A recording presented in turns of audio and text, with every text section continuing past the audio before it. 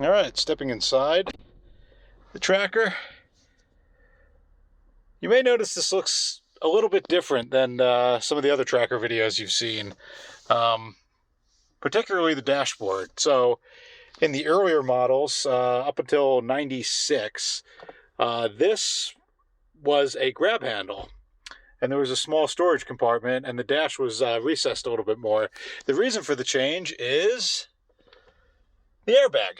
So this has dual airbags. That's also why the steering wheel is not that typical three-spoke design that you see in a lot of the Sidekicks and Trackers, Vitaras, Sunriders. These things definitely have a lot of different names. But yeah, this is a very well-kept example. If you have not driven one of these or experienced one, it's hard to really describe why there's such fanfare for them. I'm going to continue to give you a tour while we talk here. Another really interesting thing on these is the hood release, if you are looking at one, is up in the glove box. You pull it towards you. If you didn't know where to find that, you may never find it. Obviously, that's for a left-hand drive car. But yeah, stepping outside here, I did make a couple other changes since the last time we recorded here. I added some Firestone Destination LE3 highway tread tires. The BFG KO2s that were on there looked good, but yeah, they were 13 years old, so it was time. Yeah, more of a highway tread design. I'm going to be keeping this thing stock and not really doing anything too crazy, so I went with a 215 7515 instead of the 205 7515. That's stock. Speaking of stock, apparently it has a small lift, spring lift, and the shocks are a little bit different. I didn't notice until I did tires and alignment. I mean, I hadn't had one of these in many years, and I just assumed that that's how the spring and shocks were connected, but it does have a small lift.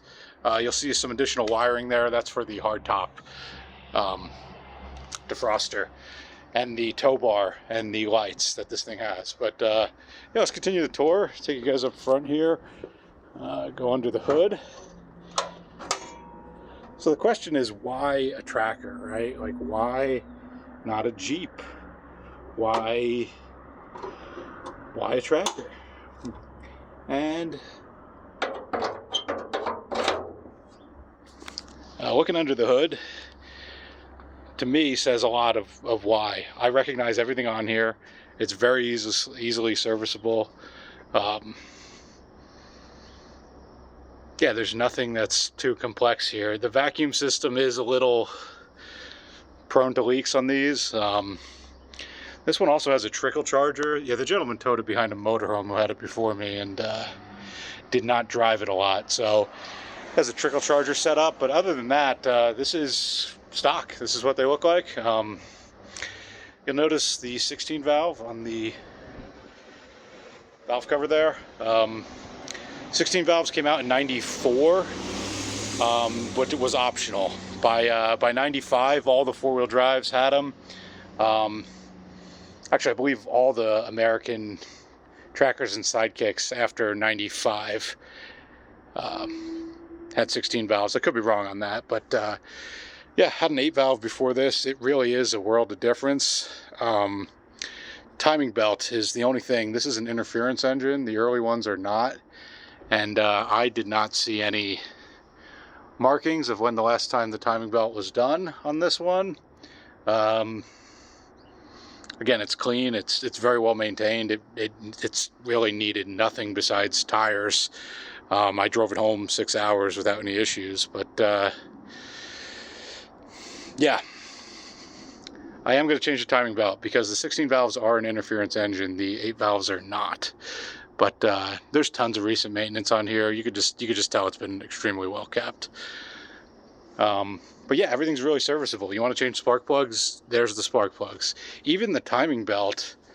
I mean, yeah, you're going to have to get the radiator out of the way, but this is not a terrible job. I mean, I plan on doing it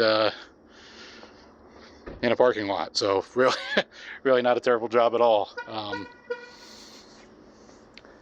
So yeah, this has a Blue Ox tow bar.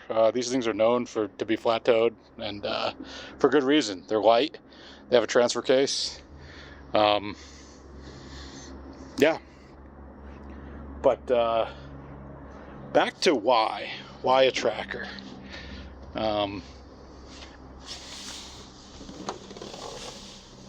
real thing I like about these is just how simple and easy they are to drive. They're light.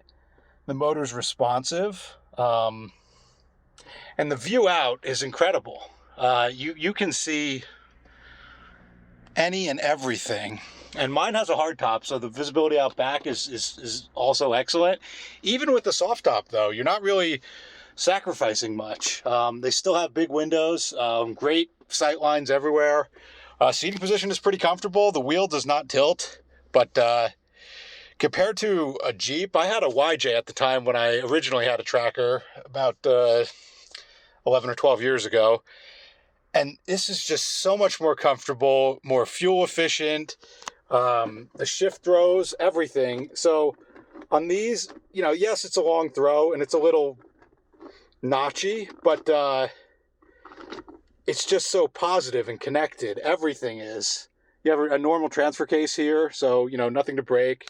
That's kind of the theme with these. They're simple. They're reliable. They're fun to drive. They're light. They're cheap to operate. Gas tank does not cost a fortune to fill. If anything does break, parts are pretty abundant because this really truly is a world vehicle. They're produced all over the world. And yeah, it's really,